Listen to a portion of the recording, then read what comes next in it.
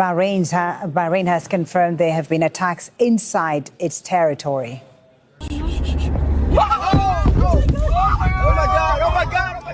This is the moment a missile hit the U.S.'s Fifth Fleet headquarters in Bahrain's capital, Manama. Bahrain's National Communications Center has confirmed other attacks targeting sites and facilities within its borders and has condemned those attacks. Emergency sirens are sounding across Manama, the capital of Bahrain. This is a modern city and a major financial center. It is also home to the United States Navy Fifth Fleet headquarters.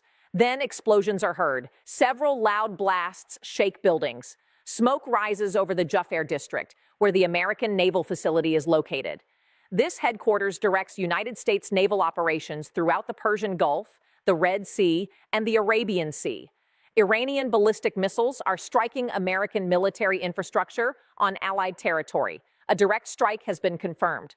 Bahrain's National Communications Center releases a statement immediately. It says, attacks targeting sites and facilities within the kingdom's borders were launched from outside Bahrain. This is a blatant violation of the kingdom's sovereignty and security. The meaning is clear. Iran has attacked Bahrain. It has hit an American base on Bahraini soil. This is an act of war. The Islamic Revolutionary Guard Corps claims responsibility.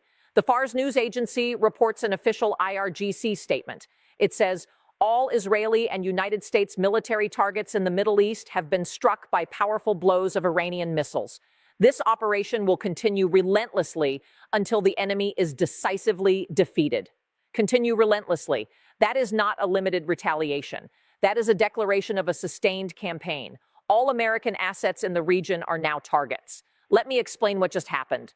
I will walk you through the strike, the escalation, and why this attack on Bahrain changes everything about the United States-Iran confrontation. This story begins this morning with Operation Epic Fury, a coordinated United States-Israel strike on Iran.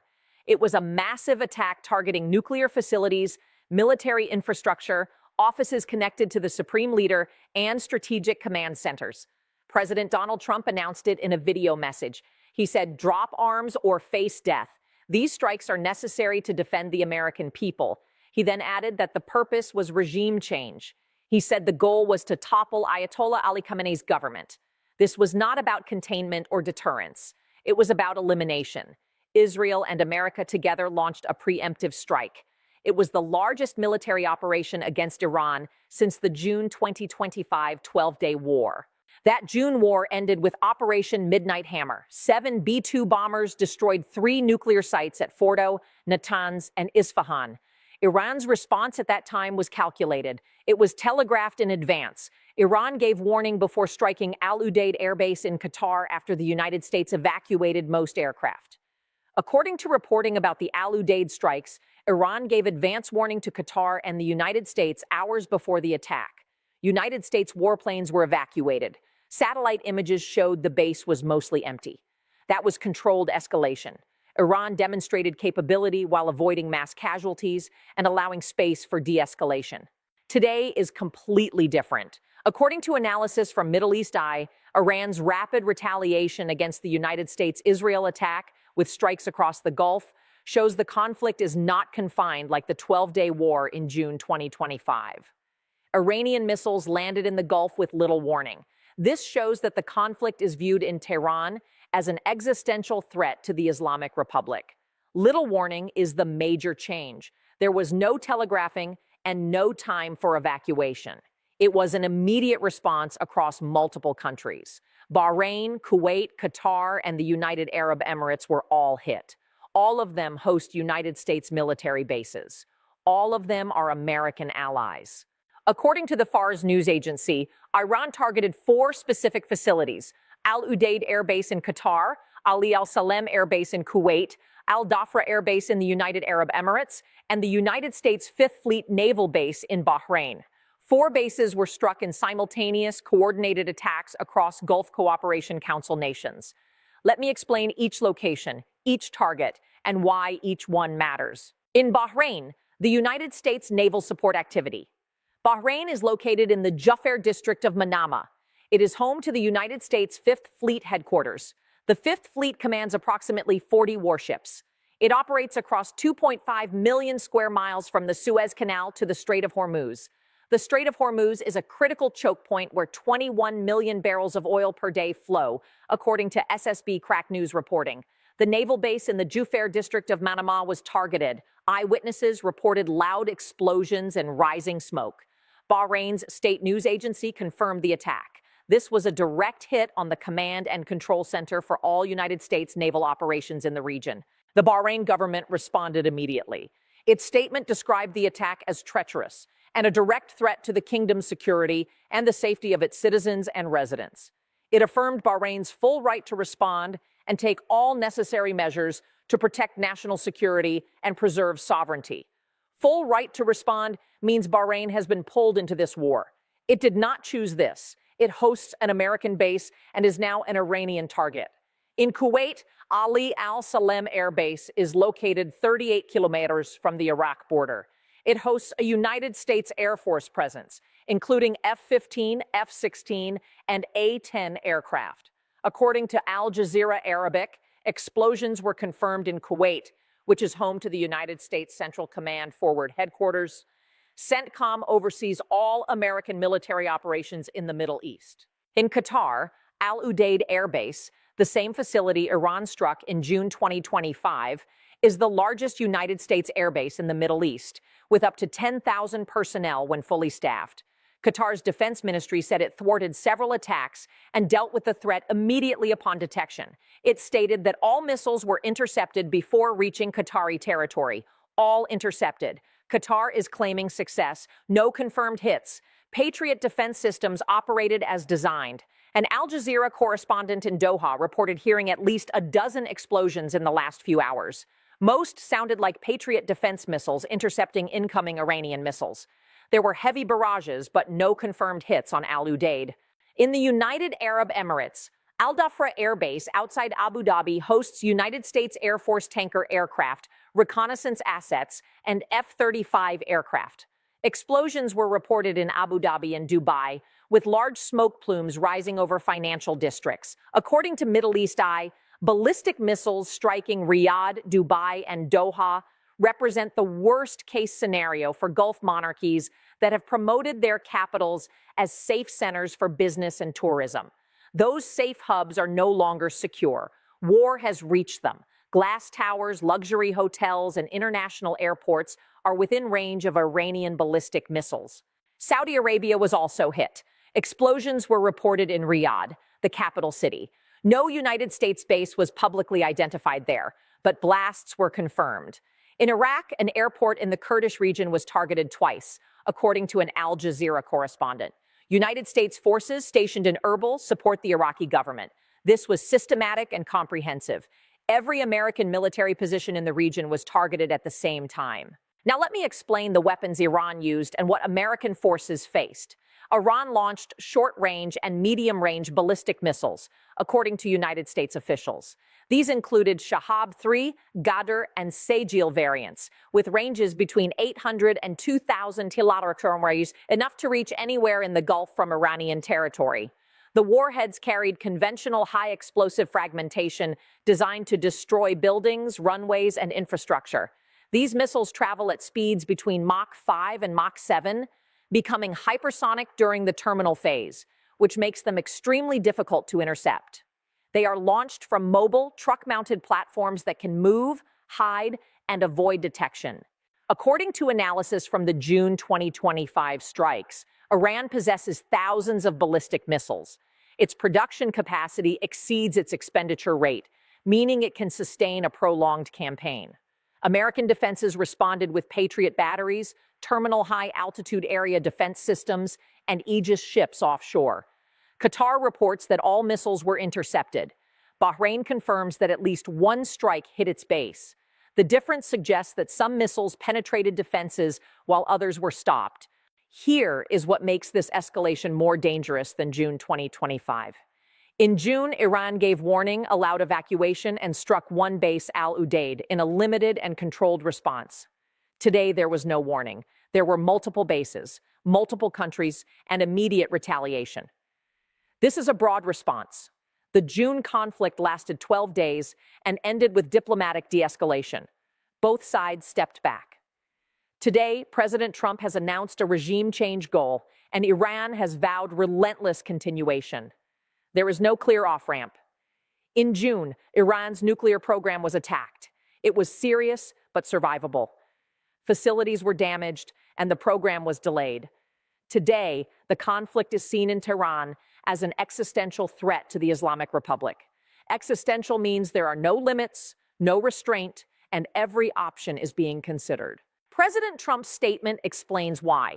He said the purpose of the attack is to topple the Islamic Republic. Topple means not deter, not contain, not negotiate, but remove the regime and eliminate the government. He has used similar language before regarding Venezuela during discussions about Operation Absolute Resolve, where the objective was to remove Nicolás Maduro, install a new government, and control oil resources. President Trump stated about Venezuela, "We are in charge. We are running Venezuela now." That same approach is now being applied to Iran. However, Iran is a much larger country with a more capable military and far higher stakes. Deputy Chief of Staff Stephen Miller told CNN regarding Venezuela, "The United States of America is running Venezuela. We set the terms and conditions." Applying that same model to Iran is what Tehran fears. That fear explains why the response appears unlimited. Now let me explain the strategic calculation from Iran's perspective and why it struck so broadly. First, this was a warning to Gulf allies. Hosting American bases makes you a target. Your cities, your airports, and your infrastructure become vulnerable. Iran is sending a clear message. Choose carefully. Second, this was a demonstration of capability. Iran is showing that it can strike anywhere at any time. Defense systems may work in some cases, but not in all cases. The risk is real. Third, this was a deterrence message. Regime change would require a ground invasion. Air bases are targets. Naval bases are targets. Staging areas are targets. The cost of escalation will be high. This also reflects Iran's retaliation doctrine. If you strike us, we strike you everywhere. Not proportional, disproportionate. Escalation dominance through volume. According to the IRGC statement, all United States assets throughout the region are considered legitimate targets for Iran's military. All assets means not only military sites, but potentially diplomatic facilities, economic interests, energy infrastructure, and anything connected to the United States or its allies. Gulf Cooperation Council nations are reacting with alarm. Airspace has been closed in Qatar, Kuwait, and the United Arab Emirates. Emergency protocols have been activated.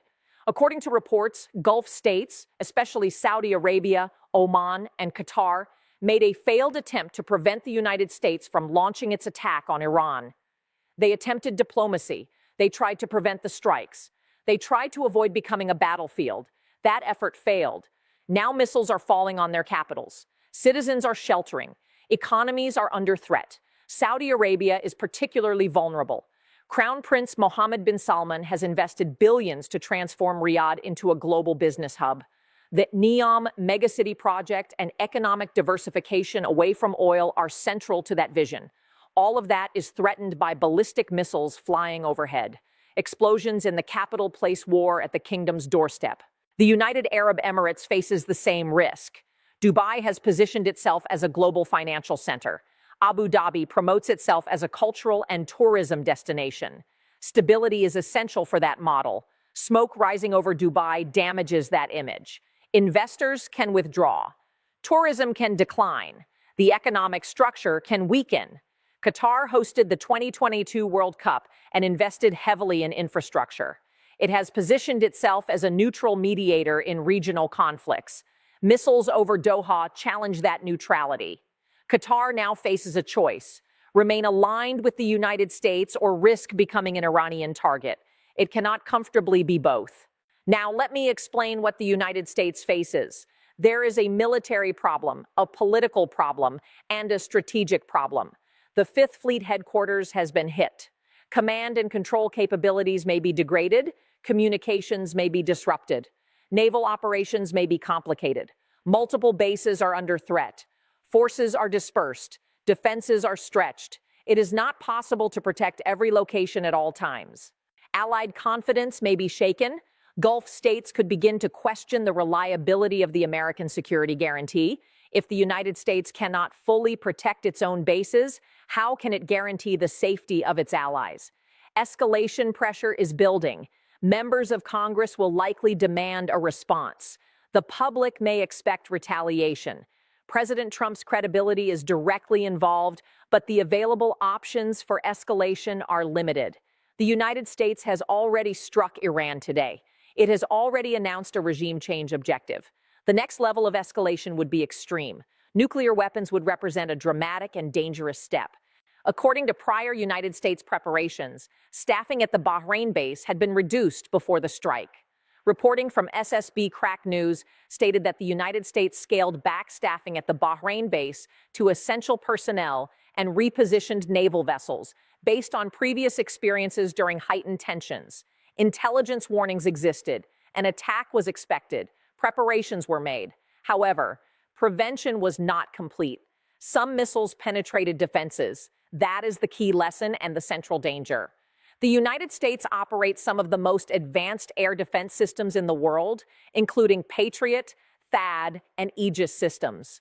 Billions of dollars have been invested in these defenses. Even so, no system is perfect. Not every incoming missile can be intercepted. Iranian missiles reached certain targets. The defenses functioned, but not with total success. There is also a cost imbalance. A Patriot interceptor costs approximately $4 million. An Iranian ballistic missile costs about $1 million. If Iran launches 4 missiles, the United States may spend $16 million in interceptors. Over time, that financial equation becomes difficult to sustain. Now let me outline what to watch next.